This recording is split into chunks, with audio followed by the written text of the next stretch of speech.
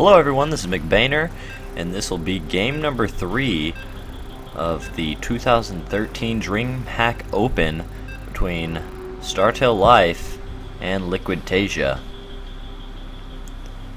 Here in the top right we do have our red Zerg. This is Life for Team StarTale.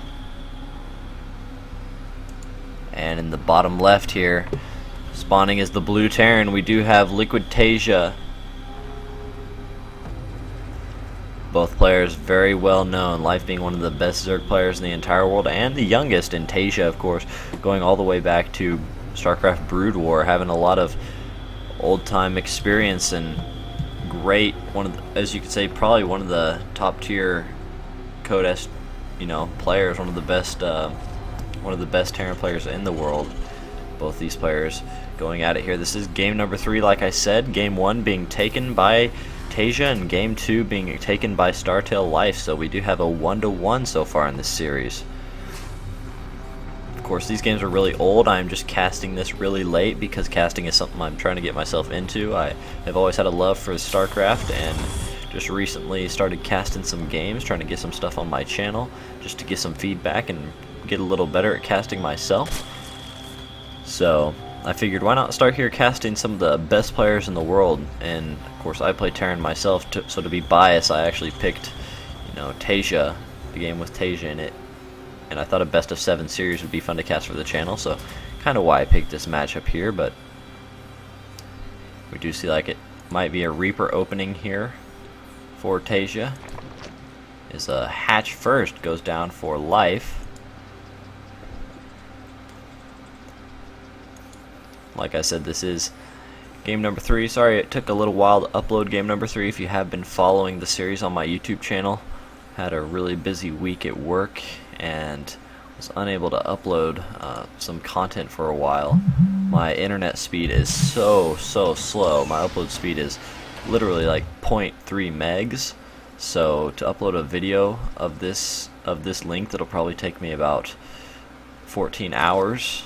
So uploading it here at nighttime where I'm at, and hopefully by the time I wake up or next day after work I'll have it uploaded on my channel. But I appreciate everyone who's watching and who has followed my series, this StarCraft series, from the beginning. Really appreciate it. It's just standard opening here, unlike last game where we did see the rush by both players. We saw Life going for a proxy hatchery on Taeja's natural, and we also saw Taeja going for a double racks proxy on the opposite side of the map. Of course that was a 2-player map where this is also, but it's a little more spread out than the last map. We do see the second command center going down there soon. A lot of Terrans like to take out the gas after they have enough for the Reaper, and that way they can get their command center done a little earlier, but Taeja decided to keep it on there, and that caused for a later factory, an earlier factory but a later expand. He does pick off 2 Zerglings here with this Reaper. He'll do some good harass, and it looks like he did have a second Reaper on the way, coming across the map here right now. Looking to get some harass on, as Life did go with hatch first. Of course he does have some queens here, he will be able to stop this, but Taeja getting some Zerglings there. That's really nice for him, getting some poke on this queen. Hopefully micros out in time. Doesn't want to lose any Reapers now. Losing Reapers at this point of the game can be detrimental and can really hurt you. You're spending a lot of gas there that could have been put on an earlier factory, or minerals that could be for Hellions, things like that. So wants to make sure he keeps these Reapers safe. There are queens out on the map, but of course Taeja, having great micro himself, don't expect him to lose a Reaper anytime soon. But of course here we go, switching the factory onto that reactor, going to start his Hellion production. Orbital command does go down there. He's going to start to try to pick away some of these drones. Let's get one. Let's get 2 micros, almost gets the second one there. He's going to pick up one more here probably before he retreats. Wow, doing some great damage. There are 3 queens out on the map here for Life, but it seems like these Reapers are still somehow getting in there and doing damage. Of course with that regen ability they are able to regenerate and get out of there. Oh, but he is going to lose 1 Reaper here, might even lose 2. Does back off just in time, but he does have some Hellions coming across the map. Not going to be able to do a whole lot with these though, with those queens on the map. Overlord spotting these, of course. just trying to get the front walled off here. Stem has been started, delaying that starport so he can get that stim pack. Third base going down in his main here. Going to start the orbital on that.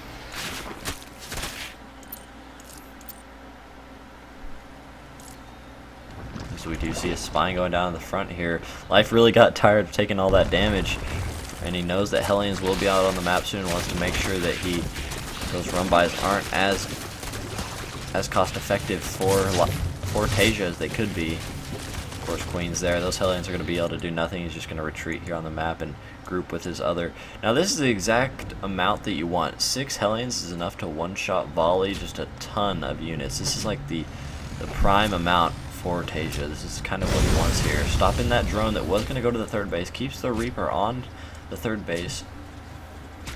And this is going to be able to keep Life from expanding to his third quickly. But we do see those 2 gases going down in the Spire. So it looks like taking that early harass, he is going to want to go with this 2-base Spire. Decides to take his third over here instead, approaching towards the Terran. Some Zergs decide to take it on this area here, but others decide to take it here. I think Life made a smart decision because he's able to push that creep out really far. I think that's actually kind of a smart decision here, but he is going to be breaking these rocks. And the Mutas start here for Life. And let's see if, I don't even think Taeja sees this. Yes, Taeja does not even see the Spire and has no idea of that. We'll see if he does have an engineering bay thrown down. He does have 2 engineering bays thrown down, starting that plus 1/1. But of course doesn't have any turrets because he doesn't expect to have those Mutilisks out. But here come 4 across the map, and his Hellions do spot that. He's probably going to immediately start the turret production. Quick reaction there by Taeja. Moving his Marines back into his base. Doesn't want to lose any of this production here. Doesn't want him to pick off combat shields or anything like that. And wants to make sure he doesn't lose too many SCVs. Also, this turret is going to get up, though, just in time here. 6 Mutilisks on the map now. This third base is about to finish here, and just a ton of Zerglings here for Life. And just constantly making more Mutilisks. These Hellions need to get back to the base here, or they're picked off in the middle of the map by Mutilisks. But this is really, I'm feeling really good for Taeja right now. I mean, these Mutilisks that were made, this delayed Life's third base by quite a bit. And since he's not getting a whole lot done with his Mutilisks, I'm kind of favoring Taeja at this point in the game because he has lifted his third and is looking to take that as soon as he can. He does have some, oh, but a lot of Banelings being morphed here. I was going to say, he does have turrets here guarding everything that he needs of importance, so these Mutilisks won't be able to do a whole lot, but the Banelings morphing over here. He's going to look to, right as his third base is coming up, he's not even droning it yet, he's just going for more Zerglings, so he is going to look to do some huge damage here, and maybe even try to finish this game. The Mutalisk poking in to try to see what way he can take for these Banelings to be most cost effective. Just a ton of Banelings here. We have 8, 16. Just tons of Banelings. They are going to break through the front wall here, busting down the bunker and everything. Zerglings hitting in. This bio isn't really spread out yet. Don't want to get engulfed by these Zerglings. Having to retreat away as fast as they can. The Mutilisks doing as much damage as they can. Trying to pick up these medevacs while they can. But just so many Banelings left here for Life. Going up the ramp, picking out supply depots. More Marines, but the Marines did spawn here, and they are going to be able to take this out, and he is going to hold. Not taking very much SCV damage. He's going to want to try to get these SCVs out, but probably going to lose all of those. That is quite a bit of Marines, and he does happen to hold both his main, or his second and third base, putting down a ton of mules. That's going to help him out here get back in this economic-wise. So I think that was kind of cost efficient, as long as he doesn't lose to this second push here. We'll see if there's any more Banelings morphed, but going to start to pick away at these mules here. Taeja stemming in. Picking off these Zerglings while he still can. Wants to keep his SCV production up so he doesn't fall too far behind. But Life just keeps pushing, just keeps having these Banelings here, and going to try to look to do even more damage, just morphing more Banelings. Wants to keep the pressure up because he knows that Taeja has this third base and he needs to stop him from getting that heat target. But the Widow Mines are here now. Doesn't get too good of a hit, but there are some Banelings left. Good splits by Taeja. Only Mutilisks and Widow Mines now. More Widow Mines on the map, trying to float these medevacs over it to bait maybe a shot or two, but just so many Mutilas, and there are no turrets on this third base. He's just going to be able to keep harassing it. Just tons more Zerglings flooding in here. Has to pick up with his medevacs. There are a few more Widow Mines, and of course there is no Overseer for detection on these, so they are going to get some good shots. This one here being reloaded. Oh, barely getting away with that medevac. Good shot going off there on the Mutilas, killing one but injuring many. Has to lift up the third base, but if he can hold this, which it looks like he does, this is going to be great for Taeja because there is no saturated third base for life, so he is equal right now, and lift the Widow Mines to keep them from going off on random Zerglings. But more Banlings coming in. Okay, Widow Mine hit, but only picking off one Banling. Has to keep the splits up, but just tons of Widow Mines now. It looks like there might be too many Widow Mines, but there's also so many Zerglings here. The bunker is here, but will it be enough? Medevac getting picked off, and the Zerglings getting in the main here. Medevac trying to stay alive, trying to retreat to those turrets and have some help out here. Of course, 2-2 is about to finish here for Taeja as more spawn here, but these Widow Mines just really helping him out as there are still no Overseers on the map for life. But he just keeps up the pressure. He decides not to go. He knows that he made Taeja lift his third, and he's just going to keep pressuring, making Banelings. But if he doesn't win with this, he's going to have no follow-up. He needs to make sure he either gets some amazing SCV hits or something here. If he could take out this third, this would be amazing. I don't know if he'll be able to do it in time. These Mutilas are still 0-0, don't have the +1 attack. These SCVs are pulled for Taeja. Barely healing it in time, but could they still take it down? SCVs trying their hardest to heal that while they can.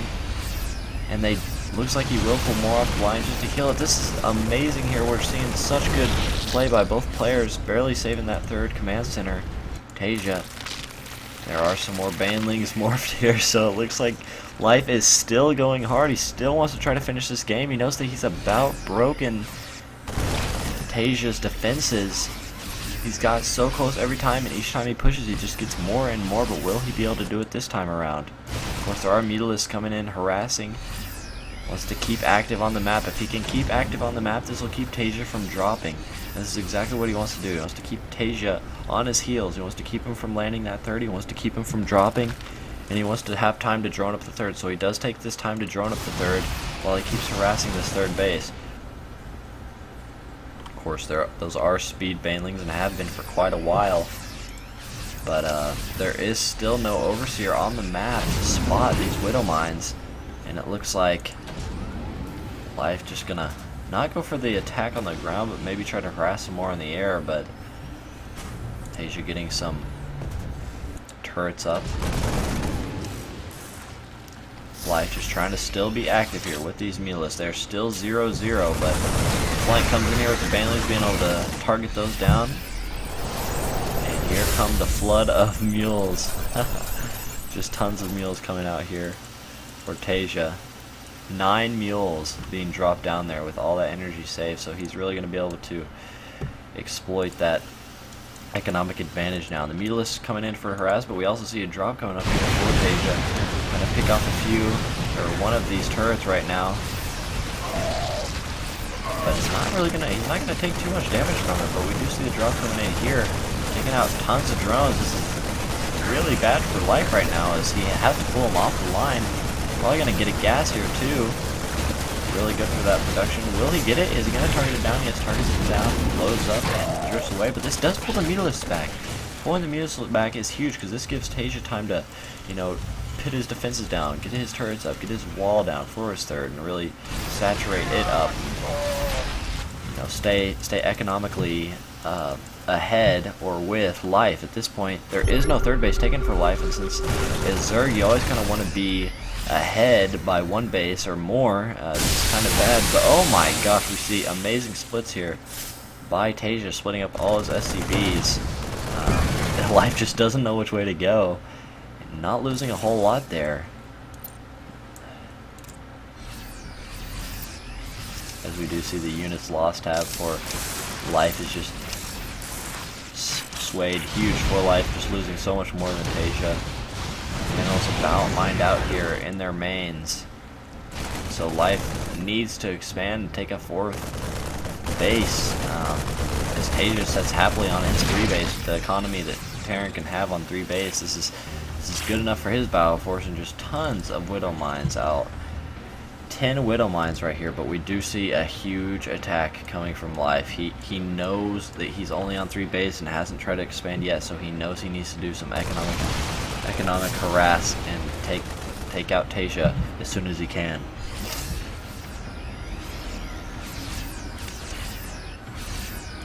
Of course, we do see 16 Banelings out and just a ton of Zerglings. We're going to see Taeja spots this. Of course, loads up a Medevac, wants to try to keep Life on his heels. Knows that he won't die to this. He has a ton of Widow Mines and can use these as a huge defense against use all that splash damage in his favor.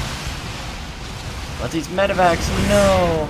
Almost all of them getting picked off there, but one. That's really big for Life. Life being able to use these Mutalisks all game, hasn't lost hardly any of them, has been really cost effective and efficient with these Mutas. Taking a Widow Mine shot there, that huge shot, if another one went off there, that would have been really bad for Life. But we do see this small drop by Taeja wanting to harass Life's third here in a minute. Just waiting for that opportune moment, or that prime moment when Life attacks, to go ahead and attack his third. It does load up and decides to go maybe for the main here. Wants to probably take out that, maybe take out that spawning pool, or maybe just go for some drones. But we do see that Life sees this, but has nothing really back here to defend it. Does bring some Zerglings and some Banelings back, and does get a Queen and some more drones for this. Oh, he's gonna just load up and go to the natural now. And Taeja's taking this time to take a fourth here. He's keeping that pressure, pulling all. This is forcing Life to pull like all of his units back. He pulled all these back. I don't know about that. Both players deciding to pull units back. Of course, Taeja trying to come across the map here. He knows that he needs to keep the pressure on to make sure he can get up his fourth base, but Life coming in here with a couple Zerglings, checking to see if he does have a fourth. Drop coming down here on Life's fourth. The Marines here now, this time with 3-3. That fourth has to be cancelled, so this is huge for Taeja. The hatchery, fourth hatchery for Life, is just now going down, whereas Taeja with his mules and his own fourth base in complete defenses here. Oh, but there are a ton of Widow Mines going off on those Mutalisks. That was huge hits there. If there would have been one more Widow Mine, that would have been bye-bye Mutas, but actually does save quite a few. Picks off a Medevac there. And it still has quite a few Mutas. Has 19 Mutas still with Overseers now, so he is going to try to go for a push now. He knows that without his fourth base and Taeja having his fourth, that he needs to do some damage. Or here in a minute, Taeja's forces will just be too much to even compete.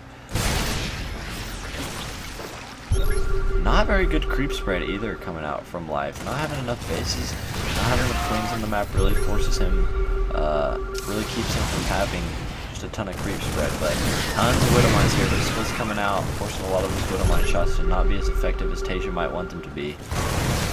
And we do see Taeja pushing across the map. Both players have a lot of forces now, but Life does not have the Larva nor forces to replenish it. Oh, pretty good Baneling hits. Not too good splits coming out there from Taeja, but he has so many forces, he doesn't really care here. He's going to go ahead and push into the third of Life, taking out a Queen, taking out some tumors. Go ahead and splits back here. Good Widow Mine hit coming down here. So much splash damage, and those Marines just do a lot better at taking it than those Zerglings do. You do see Taeja being able to flood over on this side of the map, clearing up creep, clearing up, doing as much damage as he can. And still no fourth base for Life. It's looking really bad for him because he's not going to be able to replenish his forces. These Mutas are about all he has.